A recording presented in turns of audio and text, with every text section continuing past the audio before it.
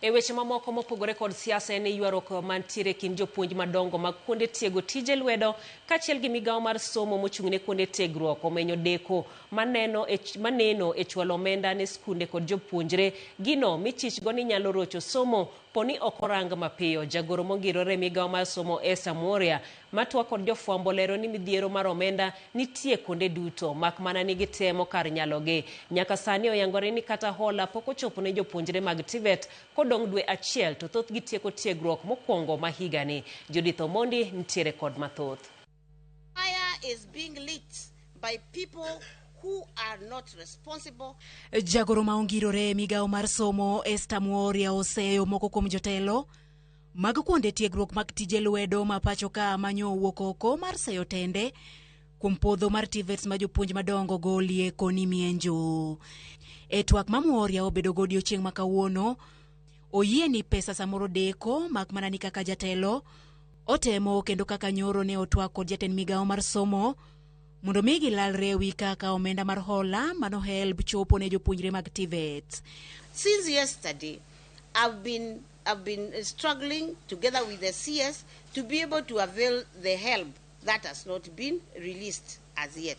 So it is not that we are not willing, but sometimes the availability of these resources is not absolute. Resources will always be scarce.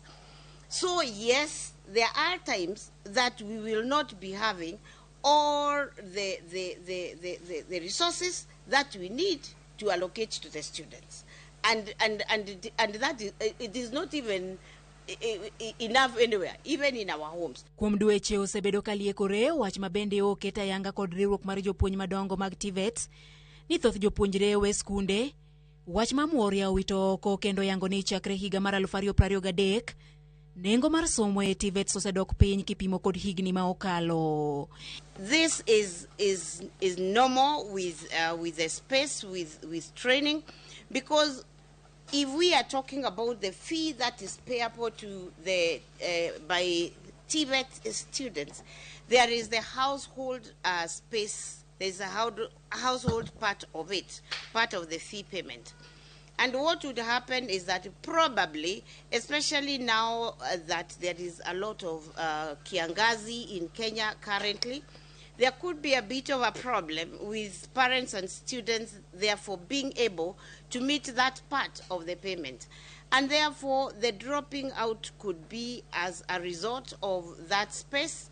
Bende Muoria owito oko maliekore ni pok giketo tiegruok makare mar CBC ne jopuonj mag TVETs ka okoni CBCLI madhi medo lony ne jopuonjre mag TVET.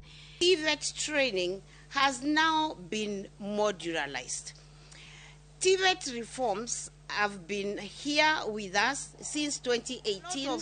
A lot of young people were still going out of training, say after a year, but did not have an employable skill.